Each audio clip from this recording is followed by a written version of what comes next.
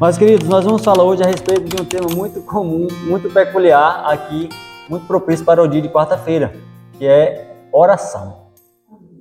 Oração. E a gente cantou aqui, né, um jardim de oração, porque, de fato, esse momento, a comunhão dos filhos de Deus chega aos olhos de Deus como um jardim de oração. E a gente vem para cá nessa expectativa de que Deus ouça os nossos clamores, porque cremos que Deus é o Deus que pode todas as coisas. Mas a temática é oração. Porém, nós vamos ver a partir de uma pergunta. Por que nós oramos? Por que orar? A gente percebe que a gente ora, a gente pede, basicamente dois elementos existem na oração: o pedido e o agradecimento. A gente geralmente é assim, a gente pede, a gente agradece, ou a gente agradece, depois pede. Mas por que orar? Se Deus, Ele sabe do que a gente vai falar antes mesmo de que a gente fale, né? Então, a gente fica se perguntando por quê? Por que orar? Então, a gente vai tratar, então, da causa para os efeitos, né? E a gente vai ver aí, então, por que nós devemos orar. E vamos tratar desse assunto aí como alguém que garimpa ouro escondido na terra. Assim é a temática vista aqui à luz da palavra de Deus. Se a temática é oração, então vamos começar com a oração. Mas antes de orarmos em si, vamos abrir logo a palavra, que a gente já ora em prol da leitura da Bíblia. Marcos, capítulo 14. Assim como você está, vamos orar ao Senhor. Santo Eterno Deus, mais uma oportunidade nos é concedida de estarmos aqui reunidos em torno da Tua Palavra, suplicando, ó Deus, a unção do Teu Santo Espírito. Amém. Para compreendermos, ó Deus, aquilo que iremos ler aqui nessa sequência de textos, Pai. Nós suplicamos que o Senhor faça a obra de transformação que o Senhor deseja fazer no coração de cada um de nós. Suplicamos a Ti para que faça essa obra, Senhor, porque de nós mesmos somos incapazes, mas certo de que podemos contar com Teu auxílio, é que nós rogamos humildemente em nome de Jesus. Amém. Amém. Por que orar, né? O porquê. Na maioria das vezes nós teríamos motivos pelos quais orarmos, não é isso? Motivos para orar, mas a instrução hoje vai ser por que orar. Marcos 14, versículo 38. Diz assim na minha versão. 38, o versículo. Vigiai e o quê? E orai, para que não entreis em tentação. O espírito, na verdade, está pronto, mas a tal da carne é fraca. Então Deus diz aí, vigiem, fique esperto, fique de olho. Mas não só isso, orai por um motivo especial, para que vocês não venham a cair em tentação. Então ele está dando uma instrução muito clara do porquê orarmos aí. Nesse ponto específico é para não cairmos em tentação, e ele diz por quê? Porque a carne é fraca. Agora deixa eu fazer outra pergunta.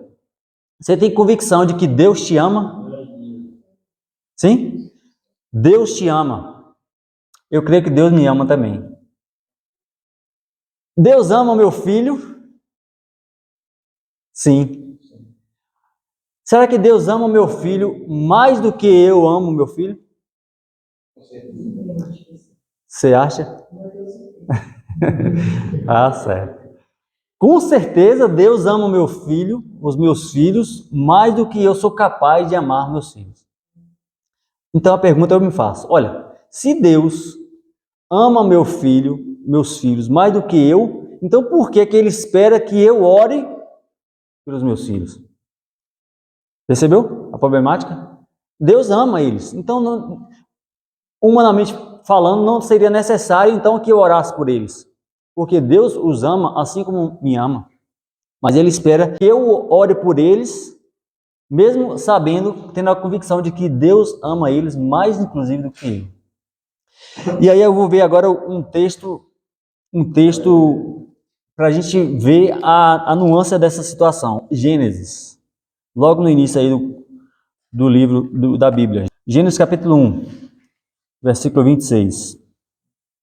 Assim diz, Gênesis capítulo 1, versículo 26. E disse Deus, façamos o homem à nossa imagem, conforme a nossa semelhança, e domine sobre os peixes do mar, e sobre as aves do céu, e sobre o gado, e sobre toda a terra, e sobre todo réptil que se move sobre a terra.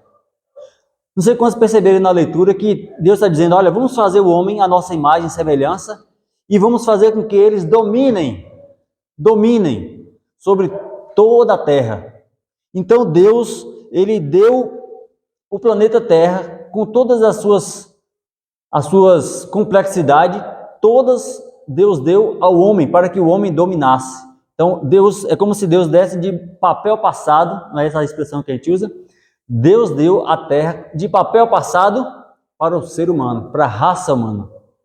Porém, a gente sabe na página seguinte, no capítulo seguinte, o lapso, né? A queda aí do ser humano. Então, nessa problemática, a gente percebe que o homem acabou dando essa autoridade, esse domínio, agora, para o inimigo de Deus. Então, o homem foi constituído como aquele que deveria governar, então agora ele passa o cetro de governo para a raça de seres celestiais caídos. Deus deu ao ser humano, e o ser humano, por sua vez, deu ao inimigo de Deus. Misericórdia por isso. Mas perceba que Deus escolheu, a despeito dessas situações que a gente vivencia, temos vivenciado até hoje, inclusive, Deus escolheu atuar para retomar esse domínio, esse controle, através das escolhas. Deus age fundamentalmente através das escolhas. Então, ele age sobre as regras. Ele mesmo estabeleceu as regras e ele não pode agir contrário às regras. Certa vez eu vi uma reportagem que dizia assim, fulano de tal ganhou a competição e foi coroado, ou medalhado como vitorioso. E aí o camarada, mostra lá o camarada recebendo a medalha, fazendo gesto de campeão. Beleza, passou-se um tempo, descobriu-se que aquele camarada, ele burlou as regras, ele trapaceou, ele ingeriu uma substância lá proibida, deixou ele mais forte, e aí vê-se a reportagem, algum tempo depois, dizendo, olha, aquele camarada que havia sido campeão, foi-lhe tirado o domínio, foi-lhe tirado a medalha, porque descobriu-se que ele trapaceou, ele roubou naquela situação. Então, deixou de ser campeão para agora ser um derrotado. Por quê? Porque agiu diferente da regra. E aí tem um texto de Paulo, que eu gosto muito desse texto, que fala assim, nenhum atleta pode ser considerado campeão se não competir de acordo as regras. Lembra desse texto? Ele vai dizer, olha, nenhum atleta aqui, que vai competir, ele pode ser considerado campeão, nenhum vai poder receber uma coroa de campeão se não competir ali de acordo às regras. E falar de regras no tempo de hoje é ter que pisar em ovos, né? Porque o politicamente correto é a liberdade no sentido amplo da situação. Porém, a verdadeira liberdade só existe de acordo às regras que Deus estabeleceu. Então, Deus escolheu agir para tomar o resgate, né, resgatar esse planeta de acordo às regras. E então, ele não pode burlar as regras, senão ele mesmo será considerado um trapaceiro. Então, quando Deus escolhe fazer isso, ele dá, inclusive, a liberdade para cada um de nós, inclusive pregá-lo no madeiro. Imagina só. Tamanha foi a liberdade que Deus deu ao ser humano de fazer as suas escolhas, que inclusive seria permitido, se quisesse, cuspir no seu rosto, no rosto de Deus. Sabe, irmãos, quando eu trabalhava como técnico de enfermagem, eu estava cuidando de um paciente e o paciente cuspiu no meu rosto. E aí, naquele momento, sobe um fogo assim. E a gente olha para os quatro lados assim e vamos lá. E aí fica imaginando Jesus na cruz, né? recebendo tantos açoites ali, antes de subir ao Calvário, inclusive, cuspiram e tal.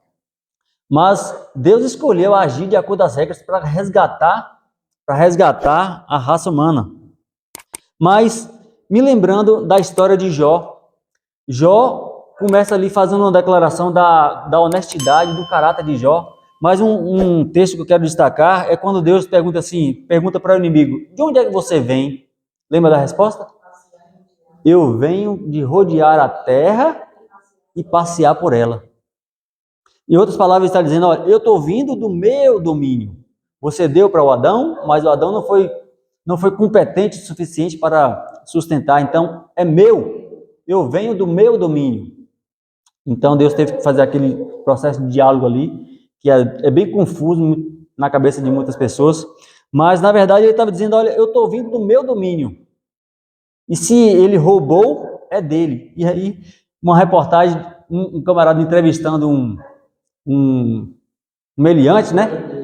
O policial pegou o meliante e falou assim: rapaz, de quem é esse celular que você roubou? Aí o cara falou: é meu. Se eu roubei, é meu. Então, assim, ele estava dizendo: olha, era de fulano de tal, mas enquanto ele estava de posse, era dele. Mas quando eu o roubei, aquele aparelho se tornou meu. Mas, querendo dizer o seguinte, o inimigo, o planeta Terra foi dado ao ser humano, né? Mas quando ele rouba de Adão, a partir dali passou a ser dele por usurpação.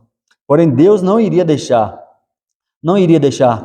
Quando Jó decidiu fazer então a vontade de Deus, né? Jó, íntegro, reto, temente a Deus, se desviava do mal. Quando Jó passa a fazer o que é certo, passa a clamar a Deus ali, fazer tudo aquilo que está escrito lá no livro, é como se Jó estivesse dizendo assim: olha, eu permito que Deus atue na minha vida a tal ponto de que ele tenha permissão para abençoar. Em outras palavras, é como se estivesse dizendo assim: olha, Deus querendo abençoar Jó, sem que Jó tivesse pedido ou permitido que Deus fizesse, Deus não poderia vir e simplesmente chegar e abençoar Jó. Porque o inimigo ia dizer: olha, epa, ele está no meu domínio, a terra é minha, os habitantes são meus, então o Senhor não pode sair lá do seu trono e vir aqui abençoar quem quer que seja, porque esse domínio é meu. Então Jó se tornou o argumento que Deus precisava para atuar de forma legal, de forma lícita nesse mundo caído. Entende isso? Então Jó foi o argumento legal para que Deus atuasse aqui nesse planeta. Porque, do contrário, Deus agiria no planeta, abençoando as pessoas, porém, o inimigo ia ter sempre um argumento para dizer: opa, o senhor não pode, porque esse planeta é meu. Mas quando Jó e a sua família ali clama a Deus, Jó se torna o argumento que Deus precisa para atuar de forma poderosa aqui nesse planeta. E querendo dizer o quê? Que nós, quando nós oramos, é como se nós estivéssemos dizendo assim: Senhor, nós ainda estamos nesse mundo tenebroso.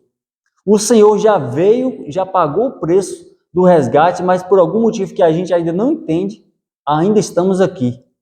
Para que o Senhor venha e atue de forma legal, de forma legítima, lícita nesse planeta, então nós nos curvamos, nós nos prostramos diante da majestade do céu e pedimos, e então, com a nossa autorização, entre aspas, Deus vem e faz a obra que é necessária ser feita. Às vezes, é conforme aquilo que nós pedimos, no momento que pedimos, mas às vezes demora um pouco, porque Deus é quem sabe o que é melhor e o momento certo de nos conceder a bênção. Conseguiram compreender isso aí? Amém. Então, por que orar? Nós já podemos responder. Por que orar? O pelo que orar, nós já vimos, inclusive, antes da mensagem, né? Através das manifestações dos irmãos. Então, quando a irmã Milza ali, por exemplo, se expõe ali, pedindo a Deus, pedindo para que os irmãos orem, e ela, com certeza, ela já tem orado por essa causa, então ela está dizendo assim: ó, Senhor, eu não posso ir além do que eu já estou indo, mas eu suplico que o Senhor entre nessa causa e, por misericórdia, me ajuda. Então Deus, através dessa autorização sua, que vive ainda nesse planeta ainda maligno, Deus tem então autorização para enviar a bênção que é necessária para a senhora. Percebe? De forma o quê? Lícita, de forma legal. Do contrário, ele não poderia atuar de forma legal, porque ele estaria infringindo a lei aqui do planeta. Então, para dar a resposta é basicamente essa. Quando a gente ora, é basicamente a gente dando permissão, entre aspas, para que Deus atue nesse planeta de forma legal. É difícil aceitar isso? Mas como assim? Quer dizer que para Deus atuar, é preciso que nós, pecadores, demos a permissão? É difícil para você aceitar isso? Para mim, foi também. Eu fiquei um certo tempo remoendo isso, essa ideia, e perguntando, Senhor, mas aí a gente vai para a Bíblia. A gente vai para a Bíblia e a gente vê a situação. Lembra da oração do Pai Nosso? A oração do Pai Nosso, como é que começa ali? Jesus está orando, os discípulos, marmanjos, já conhecedores das Escrituras Sagradas, né? Falando do Velho Testamento, então eles veem Jesus orando e eles ficam tão impressionados com a forma de Jesus orar, que ele chega ao ponto de dizer, Senhor, ensina-nos a orar. Né? Me ensina a orar. Pelo que o Senhor está orando, da forma como o Senhor está orando aí, isso quer dizer que eu não sei orar. Me ensina a orar. Então Jesus bondosamente fala assim, vamos orar. Vou te ensinar vocês a orar. Aí ele começa dizendo, Pai nosso que está onde? No céu. Ele se reporta a Deus como quem de fato está no céu. E é Pai nosso.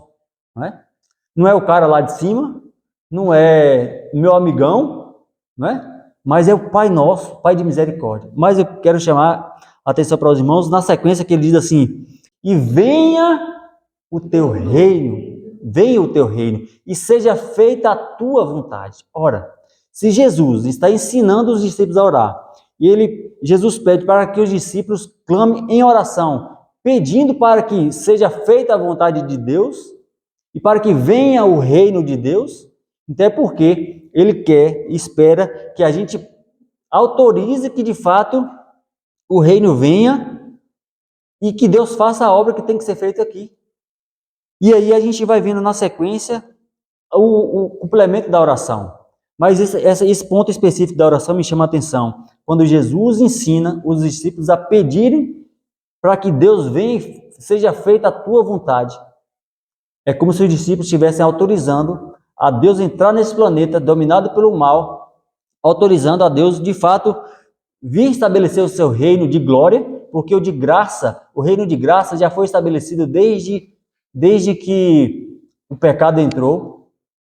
E então, Jesus ensina eles a suplicar para que o reino venha e que para seja feita a vontade de Deus. Então, para ser feita a vontade de Deus, é necessário que a gente ore pedindo para que seja feito isso. Mas nós somos instruídos também a pedir por coisas elementares. Por exemplo, dá-nos o pão nosso de cada dia, dá-nos hoje. Ora, isso também está na oração do Pai Nosso. Deus não sabe que eu preciso me alimentar todos os dias? Inclusive foi Ele que nos constituiu assim, com essa necessidade de termos que alimentar todos os dias. Então Jesus ensina eles a orar assim, dá-nos o pão nosso de cada dia. Ele está sendo instruído a pedir pelo pão. Porque pedindo pelo pão, quando Deus chega para providenciar o pão para nós, e o inimigo fala, você não pode dar o pão de cada dia para eles. Ele fala assim, posso sim, legalmente eu posso, porque eles pedem para que eu dê o pão deles de cada dia. Percebe? Um outro ponto. Deus nos instrui a pedirmos por mais obreiros. Lembra daquela passagem que Jesus fala assim, a vinha é grande, os campos são, o campo é grande, mas os ceifeiros são o quê? São poucos. E qual é a instrução que Jesus dá? Orem para que o dono da vinha envie trabalhadores. Então ele está me instruindo a pedir para que Deus envie trabalhadores para a vinha, porque a gente reconhece que o trabalho é grande e que os trabalhadores são poucos. Mas a gente vai ficar se lamentando? Não. Deus fala, olha, clame, peça ao dono da vinha para que ele envie mais obreiros. E pensando nessa questão, Eu me lembro que a gente, próximo, próximo do momento que a gente estava para sair lá do Guanabara e mudar para o sítio, a gente ficou pensando, né? Eu estava como diretor e Tiago, não sei se Tiago já estava, Tiago e Márcio. Só que Tiago uma correria do trabalho, Márcio também uma correria, e aí eu fico, meu Deus, se a gente for lá para o sítio e a gente vai entregar o cargo para o diretor, como é que vai ser? Aí eu me lembrei dessa situação. Deus pede para que a gente ore ore para Ele, pede a Ele para que Ele envie mais trabalhadores. E aí, irmãos, pensa que não, me apareceu uma família que estava mudando de Salvador e se mudou para o bairro Alto Marom. O camarada se mudou, é representante trabalhando, mudou lá para o Alto Marom. E aí, ele disse que não gostava muito de igreja grande porque ele deu os motivos dele lá. E onde é que ele ficou rodando e rodando de igreja até pousar onde? Exatamente no Guanabara. E aí a família muito promissora, muito ativa, já tinha experiência com acionato. E aí esse camarada chegou com a família dele e aí foi agregando.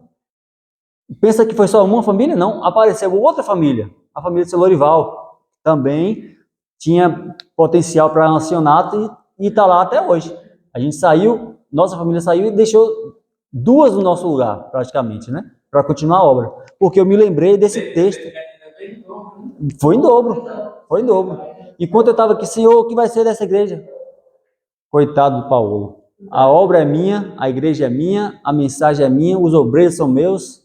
E aí a gente saiu, e louvado seja Deus, porque enviou obreiros em dobro ali, para continuar a obra, porque a obra é de Deus e ela não pode parar. E por fim, eu encontrei na lição da Escola Sabatina de 2017, uma declaração assim, é a lição número 10 do primeiro trimestre de 2017, na página 68, olha só o que está escrito. Escola Sabatina, ou seja, uma publicação oficial dessa igreja. Diz assim: quando pedimos a Deus, também lhe damos publicamente a permissão para atuar em nosso favor. Tá vendo? Que agora não é mais alguém que surgiu do nada aí e está falando essa ideia aqui como se desse a entender que não é bem assim, que para que Deus atue nessa terra não precisa autorização do ser humano, coisa nenhuma. Então a gente vê aqui uma declaração oficial da igreja dizendo que quando nós pedimos a Deus, o que é pedir a Deus? Oração, não é isso? Também lhe damos publicamente a permissão para atuar em nosso favor. Não é? Então toda vez que você se ajoelhar para orar, ou orar de qualquer posição, lembra-se de que você está dando ali a oportunidade legal para Deus atuar naquela causa. E aí a causa pode ser atuada naquele momento ou posteriormente, porém, a vontade, o tempo é o tempo de Deus. Mas a causa, naquela circunstância, ele tem sim autorização legal para atuar. Vocês lembram ali da história de Elias? Deus chega para Elias e fala assim: Elias, apresenta-se a Acabe e fala para ele: olha, arrume os cavalos porque vai cair um toró, vai chover. Quem foi que falou que ia chover? Foi Elias? Não. Deus falou que ia chover. Aí eu fiquei pensando, olha, Elias só foi o mensageiro. Elias só foi o mensageiro. Elias, avisa lá Acabe que vai chover. Só que, o que aconteceu na sequência? Elias teve que orar. Lembra? E não foi uma oraçãozinha rápida, uma só não. Quantas vezes ele teve que orar? 7 vezes. Lembra dessa história? Então, eu fiquei pensando, olha, Deus falou que ia chover, mas foi necessário que usar de um profeta para orar, interceder, suplicar, para que então na sequência viesse a chuva. Então a gente entende, por tudo aquilo que já foi construído aqui, que Deus, para atuar de forma geral nessa terra, ele ainda precisa, eu não sei dizer se ainda precisa, porque desde a morte de Jesus na cruz, o cetro que foi passado de Adão para o inimigo foi tomado. Jesus é o dono dessa terra. Porém, por algum motivo que a gente ainda não sabe, e aí às vezes eu fico me perguntando por que a gente ainda está aqui. Aqui a gente poderia começar uma outra mensagem. Por que a gente ainda está aqui? Não é? Se o preço do resgate do ser humano era a morte de um justo, quando Jesus morreu na cruz, não era para tudo ter acabado? Não era? Eu fico me perguntando por que na hora que Jesus morreu na cruz ali, falou, pronto, paguei, o preço está consumado, o preço do resgate da raça humana era a morte de um justo, pronto, eu morri, ressuscitei, pronto, acabou. Mas aí Isaías 59 vai dizer assim, maravilhou-se de que não houvesse intercessor. Jesus é o nosso intercessor por excelência, concorda? Aceita essa declaração? Jesus é o nosso intercessor, e Ele é o único intercessor, e Ele espera que nós sejamos argumentos que dê a condição legítima para que Ele faça a obra que Ele tanto quer fazer nessa terra.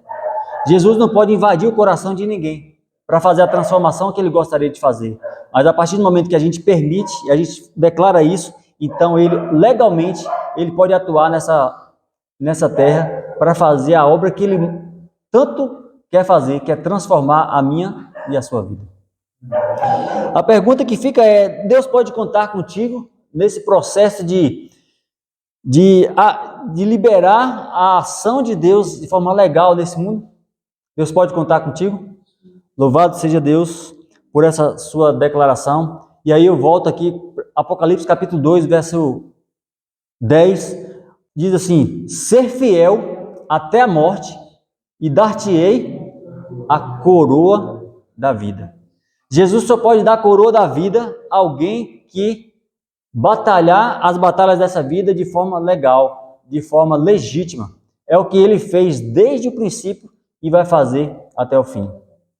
Se você quer de fato ter essa coroa da vida, a qual, como um atleta que peleja as batalhas da competição de forma legal, então tenha a convicção de que Jesus quer e deseja botar uma coroa de vida eterna na sua cabeça e na minha, se tão somente a gente competir de acordo com as regras, ainda que a gente perca no processo de batalha, porque interessante que o inimigo ele pode usar armas fraudulentas, pode mentir, pode enganar, pode usurpar, pode passar a perna, pode esconder, mas Deus não se utiliza dessas armas, Deus não se utiliza desses recursos, porque Ele é um Deus que compete a batalha do grande conflito em harmonia com o seu caráter, e o seu caráter é amor.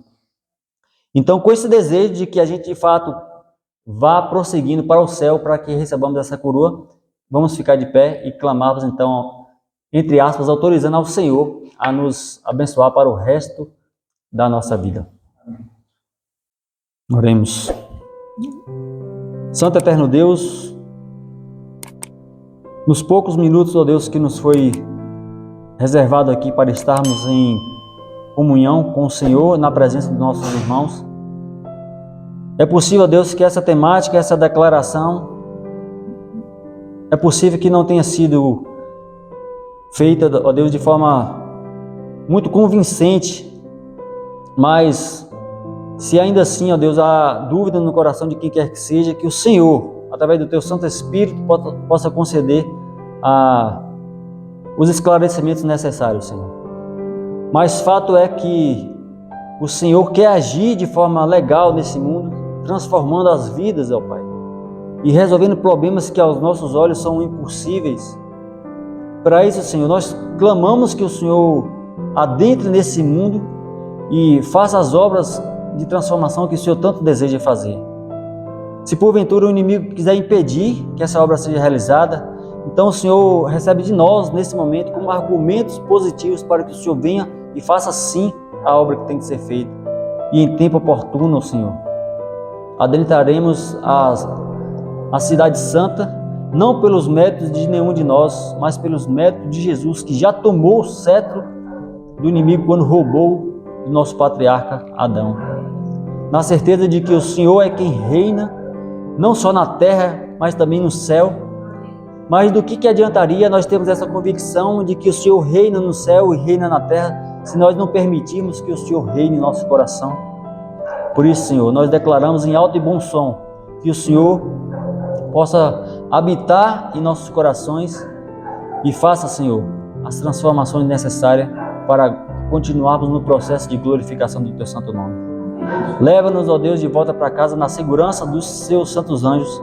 Essas bênçãos nós suplicamos, ó Pai, na certeza de que o Senhor o fará. Em nome de Jesus, rogamos. Amém. Deus possa continuar abençoando a cada um de nós nessa jornada que durará até que Jesus volte. Amém. Amém?